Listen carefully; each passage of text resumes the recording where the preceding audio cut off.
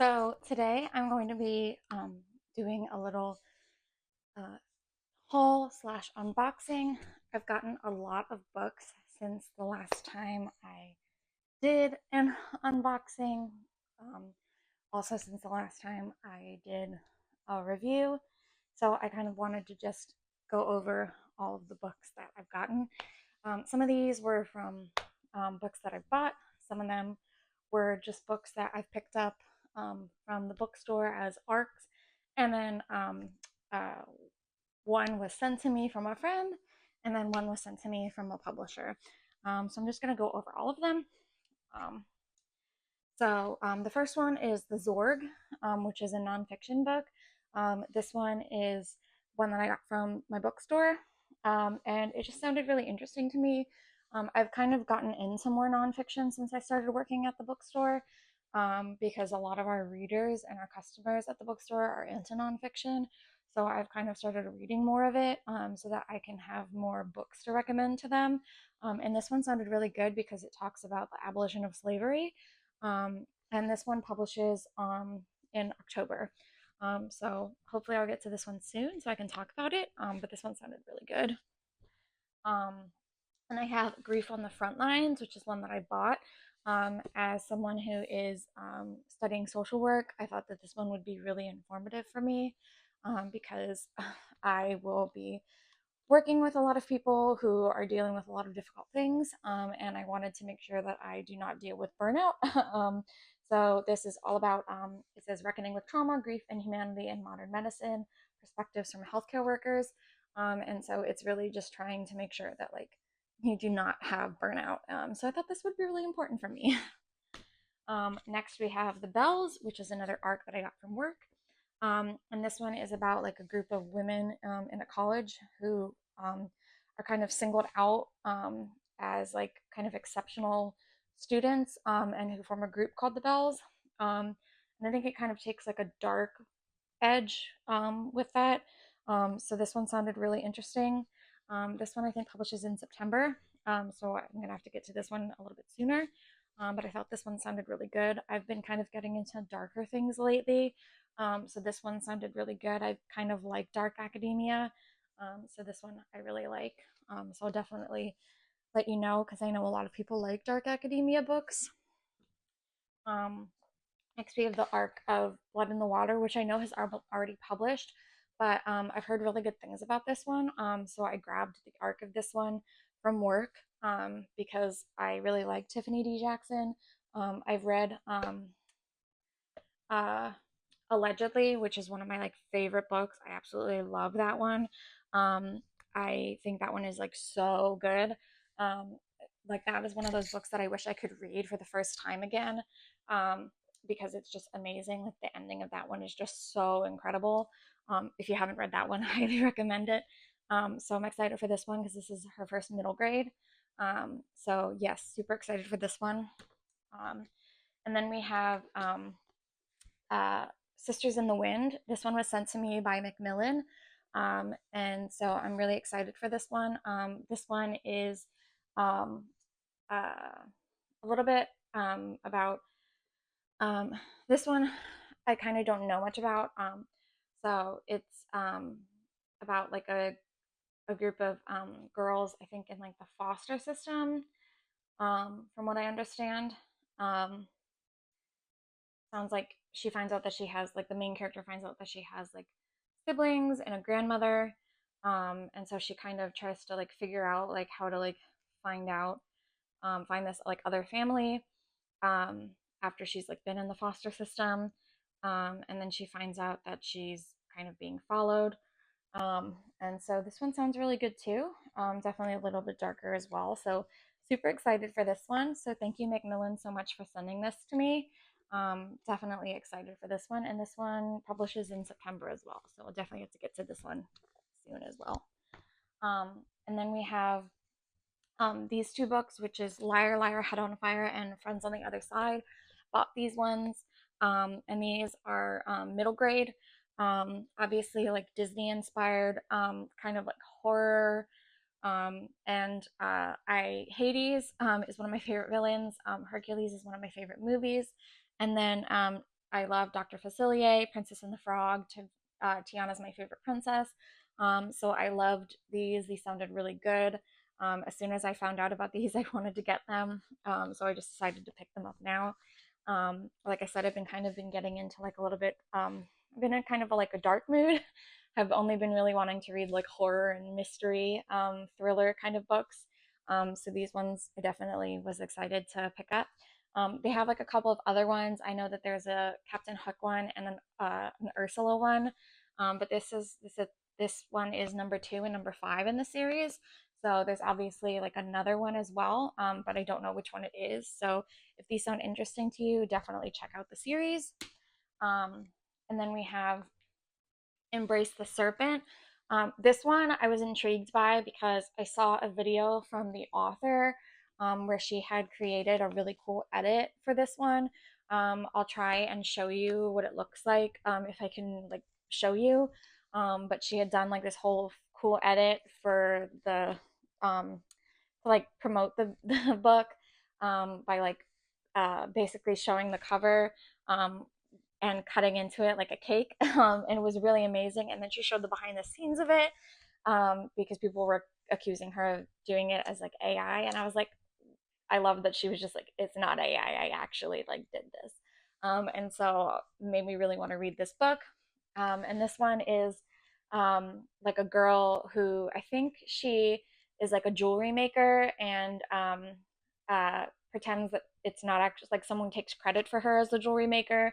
And then the king wants to find the actual jewelry maker. So he finds her and wants to marry her. And um, and that's kind of how the story starts. And I think that that's really cool. And so this one sounded really good. Um, then we have,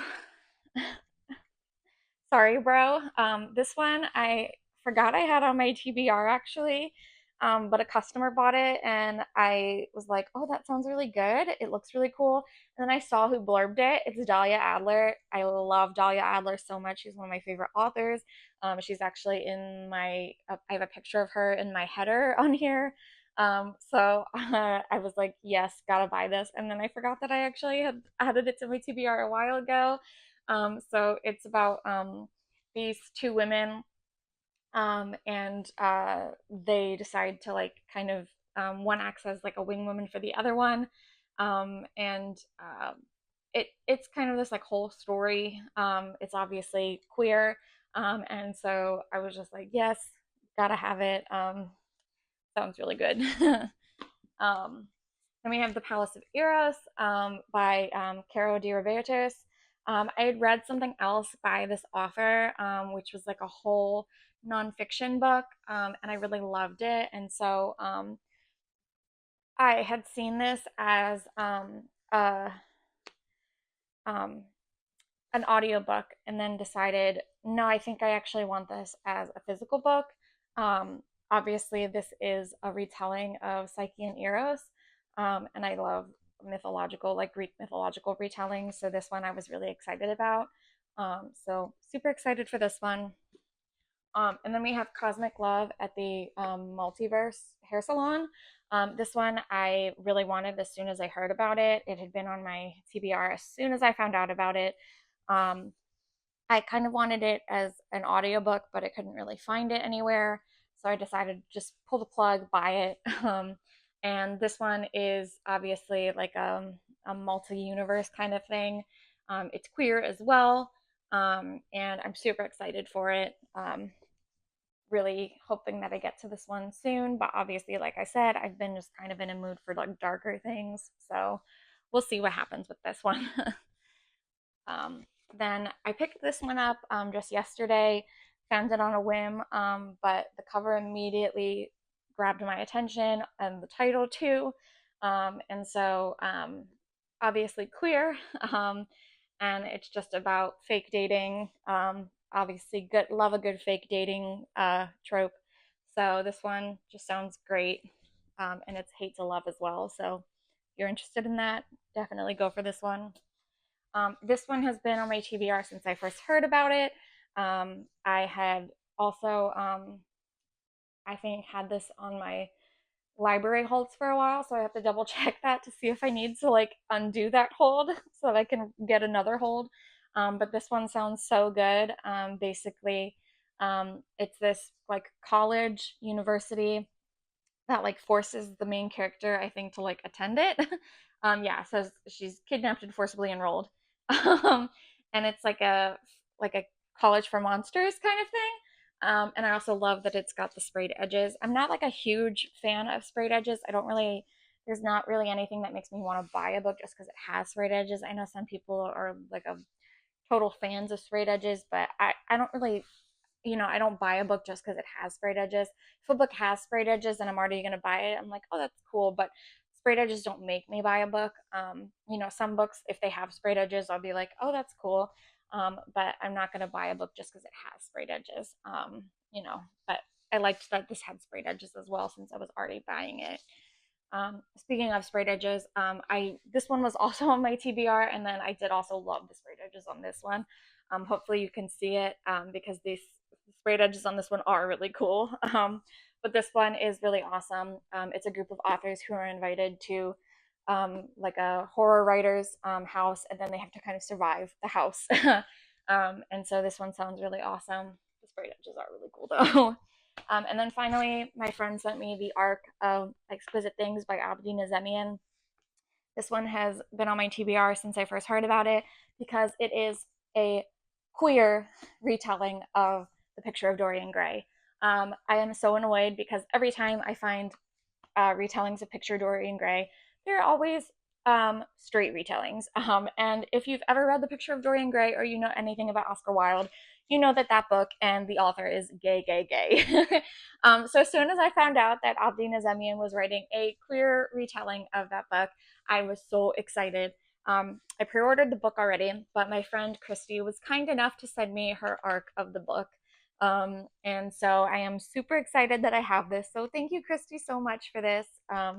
Cannot wait to read it. I already did start it a little bit, but like I said, I've been in a very like dark mood. So I have started it and it was really good already, but I have kind of set it aside just because it's not really what I'm in the mood for right now.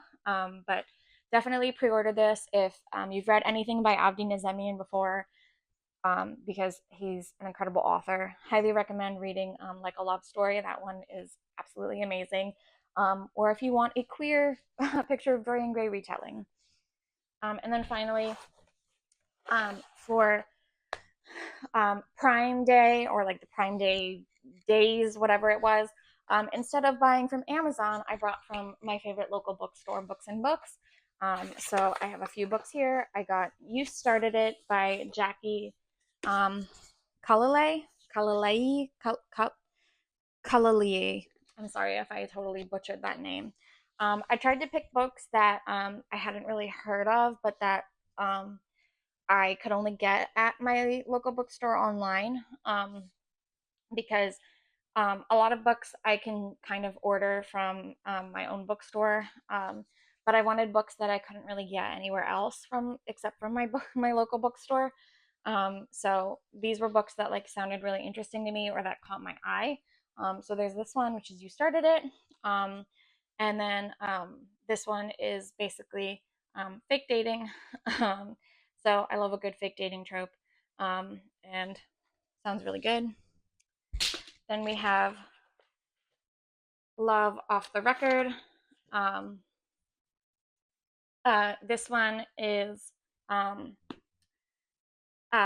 college YA. Love a good college YA story. Um, and it's basically um, like I think it's kind of um, an epistolary novel, which I love a good epistolary novel. That is my favorite trope, favorite trope. Um, Epistolary novels are novels told through like letters, through text, through um, uh, emails, anything like that. I'm just a sucker for a good epistolary novel. Um, and so this one sounds so good.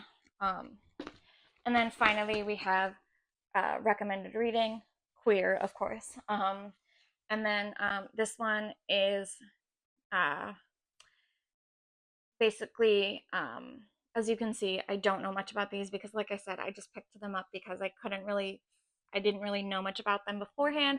I hadn't really heard anything about them, but again, I wanted books that I couldn't really get anywhere else except for my local bookstore. Um, so, um, this is basically one guy works at a bookstore, and one guy is an anti-romantic lifeguard. Um, basically, it's opposites attract YA romance, and the one guy is trying to um, sort of, I guess, get the one guy who is kind of an anti-romantic to fall in love with romance books, I think. Um, or kind of fall in love with him. I'm not really sure, but anyways, it sounds really good. The cover is adorable, and it's about someone who works at a bookstore. So what's not to love about that? But yeah, these are all the books I got. Which one sounds most interesting to you? Have you read any of these yet? If you have, please tell me what you thought. Or if you are interested in any of these, let me know. I really want to know anything about what you're reading as well. Yeah, so I'm super excited to hear what you think or what you're reading.